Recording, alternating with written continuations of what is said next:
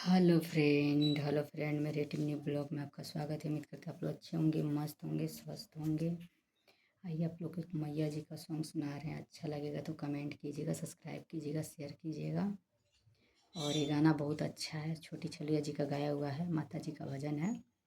कहना है, सैया गोरखपुर से ले ले अइहा चुनरी, अगनई है मैया दुलारी।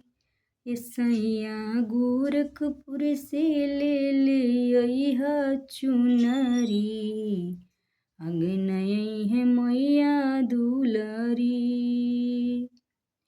आई है मैया दुलारी हो, आई है मैया दुलारी, कि चुनरी ओढ़ी मैया लगी है बड़ी सुनरी, अगनई है मैया दुलारी।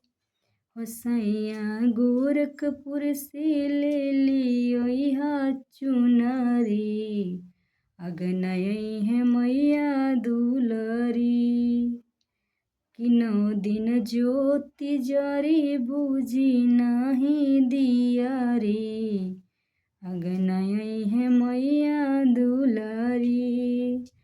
कि 9 दिन ज्योति जरी बूझी नहीं दिया रे, अगनई है मैया दुलारी।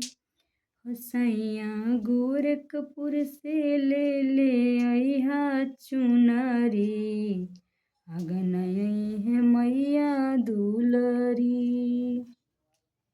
जाके परतावल से ले अइहा जोड़े कलसा, नवमी पूजे के हमरा मन बेबालसा।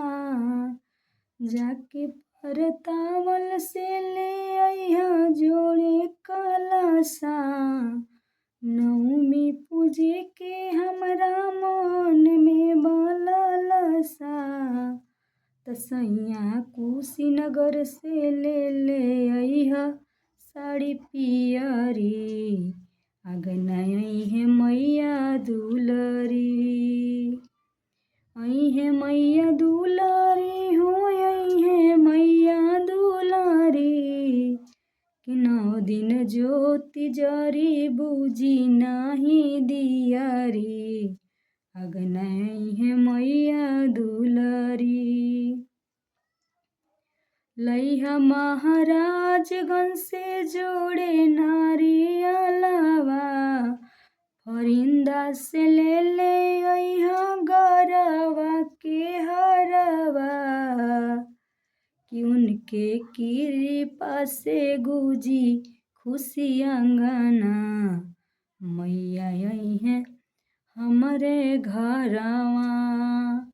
कि सैया गोरखपुर से ले ले अइहा चुनरी, अगनई है मैया दुलारी। अच्छा लगेगा तो कमेंट कीजिएगा, सब्सक्राइब कीजिएगा, शेयर कीजिएगा।